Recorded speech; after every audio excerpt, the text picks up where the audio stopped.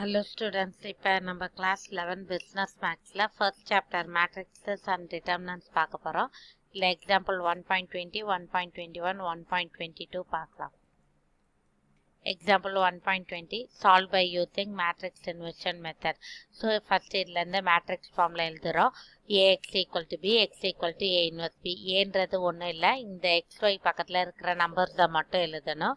எக்ஸ்ன்றது என்னென்ன வேரியபிள் xyன்னு ரெண்டு யூஸ் பண்ணியிருக்கோம். பின்றது இந்த ஆன்சரில் இருக்கிற நம்பர்ஸ். ஃபர்ஸ்ட் ஏ மேட்ரிக்ஸ் எடுத்து அதுக்கு determinant A, adjoint A, A inverse கண்டுபிடிக்கணும். இது அட்ஜாயிண்ட் ஏவோட ஆன்சர். நம்ம அந்த ஸ்டெப் படி போட்டு டிரான்ஸ்போஸ் எடுத்தோம்னா இந்த ஆன்சர் வரும். x equal to a inverse b.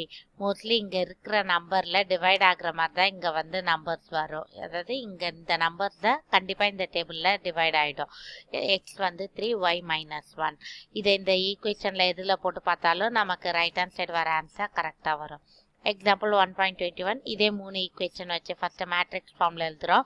ஏ மேட்ரிக்ஸை போட்டுட்டு டிட்டர்மினன்ட் ஏ, அதுக்கடுத்தது அட்ஜாயிண்ட் ஏ, இது கோஃபேக்டர் வச்சு போட்டிருக்கோம். இதுக்கு டிரான்ஸ்போஸ் எடுத்தால் இந்த வேல்யூ வரும். நெக்ஸ்ட் ஏ இன்வர்ஸோட ஃபார்முலா, இதை பியோட மல்டிப்ளை பண்ணோன்னா 1, 2, 3ன்னு வருது. நெக்ஸ்ட் தேர்ட் ஒன் ஆனியன் வீட் ரைஸ். ஸோ ஆனியன் எக்ஸ்னு வீட்டை ஒய்னும் ரைஸ் இசட்னு வச்சு மூணு ஈக்குவேஷன் ஃப்ரேம் பண்ணுறோம்.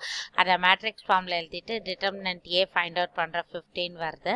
அதுக்கடுத்தது adjoint A, A inverse find out பண்ணிவிட்டு பியோட மல்டிப்ளை பண்ணோன்னா நமக்கு ஆன்சர் 20, 40, 16 வருது.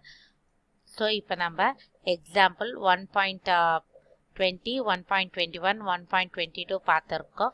இதில் உங்களுக்கு ஏதாவது டவுட்னா கமெண்ட் செக்ஷனில் போஸ்ட் பண்ணுங்கள். லலிதா மேத்ஸ் சேனலை சப்ஸ்கிரைப் பண்ணுங்கள். தேங்க்யூ.